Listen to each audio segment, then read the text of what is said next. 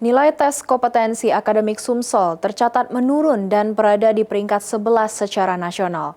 Pengamat pendidikan yang meminta Dinas Pendidikan meningkatkan kualitas pembelajaran serta menjadikan mata pelajaran TKA sebagai pelajaran wajib di sekolah.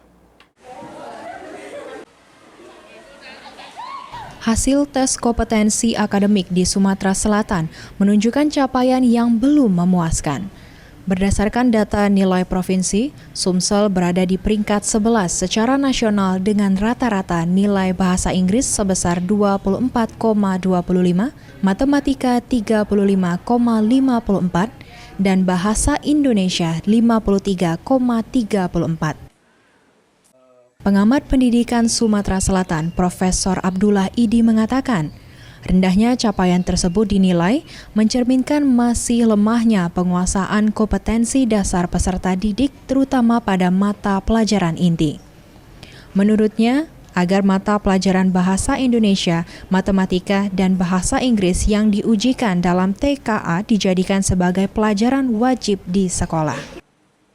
Selain itu, Disdik perlu segera melakukan evaluasi menyeluruh terhadap kualitas pembelajaran, mulai dari kurikulum, metode pengajaran, hingga peningkatan kompetensi guru.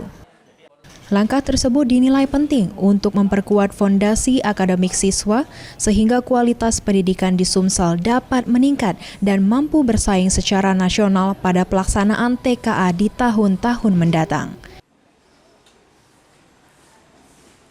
Status itu perlu diwajibkan.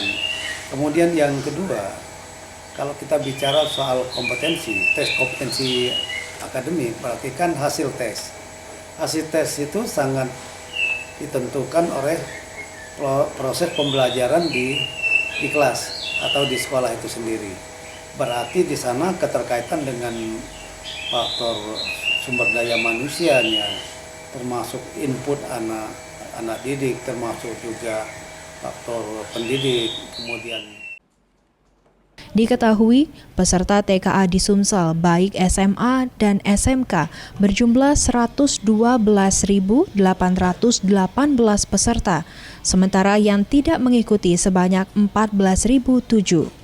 Hal itu dikarenakan TKA diwajibkan bagi seluruh peserta didik. Ilham Wahyudi, PAL TV.